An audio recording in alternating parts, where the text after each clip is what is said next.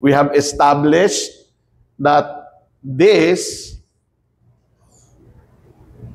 right, one-way communication is not the best way to communicate. And expecting that you will be able to communicate clearly in one go is an close to impossible expectation. Di ba? That for you to know that the communication has really done its part is kapag ka naka-receive ka ng feedback. And feedback are sometimes not verbal. A lot of the feedback that you will get are non-verbal. Di ba? For example, kung supervisor ka, manager ka, may pinagawa ka sa tao mo, hindi niya ginawa. That's a response. That's a feedback. Di ba?